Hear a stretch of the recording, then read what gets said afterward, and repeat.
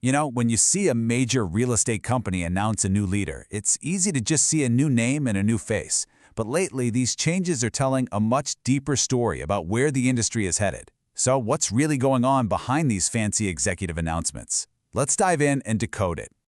This is really the core question, isn't it? Choosing a new leader isn't just about filling an empty chair. It's a huge, deliberate move on the corporate chessboard. So what we're going to do is break down 3 recent, really high-profile appointments to reveal the different strategic playbooks they represent. All right, first up, let's talk about the strategy of stability. I mean, when you're the 3rd largest MLS in the entire country, you probably don't want to make changes lightly, right? Stellar MLS went with a classic and, honestly, a really powerful move, promoting from within. And what you see here is just this incredibly smooth handover. On one side, you've got Merri Jo Cowen, who's been at the helm for over 17 years, and on the other, Shayne Fairley, who's not just some new guy. He's been with the company since 2005 and was the COO. This isn't about shaking things up. It's the exact opposite. Fairley has been groomed for this for years, making sure the company's mission and its culture stay completely intact. And you can hear that long-term planning right in Cowen's own words. The key phrase here is preparing for this transition. This wasn't a surprise. It was a careful, deliberate process built on years of trust and a proven track record. For Stellar MLS, the message they're sending to the market is crystal clear. We value stability, and we're in very, very steady hands. Okay, so now, let's do a complete 180. While Stellar MLS was all about doubling down on continuity, Sotheby's International Realty Canada went in the complete opposite direction. They looked outside their own walls for a leader who basically lives and breathes disruption. And here he is, Mustafa Abbasi. His resume? Yeah, it doesn't look anything like your typical real estate execs. He co-founded Zolo, a huge tech platform, built it from the ground up, and then steered it through a major acquisition.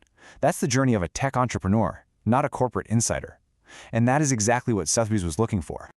So Abbasi represents a totally different kind of leader, what we'd call the tech disruptor. You bring in someone like this when your goal isn't just to maintain your position, but to aggressively innovate, to really capture the future of the market, especially when it comes to technology and how you connect with clients online. This quote, this tells you everything about his game plan. Abbasi sees the powerful Sotheby's brand not as something to just protect, but as a platform to empower entrepreneurial agents. His goal is to inject a legacy brand with a startup's hungry, innovative energy. It's a really bold strategy, and it's all about future growth. Okay, so our third example shines a light on another huge priority in today's market: data. All about the data.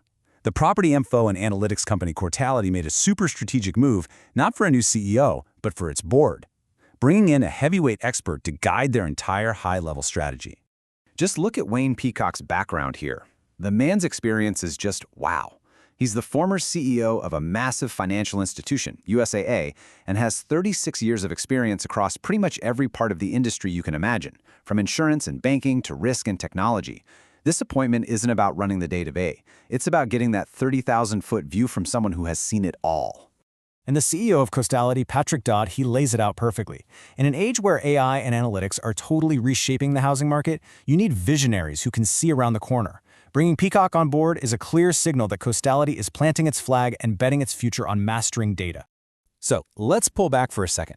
We've seen 3 very different companies make 3 totally different leadership plays. What does this all mean when you put it together? Well, it gives us a fascinating snapshot of what it takes to lead in real estate right now.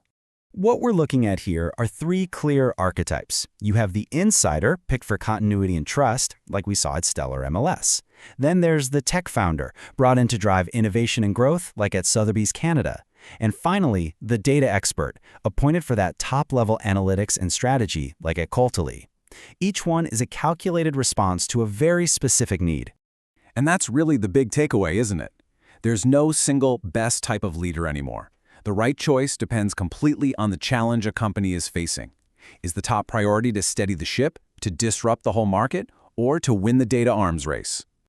So that brings us to the final, crucial question, the one you should probably be asking yourself.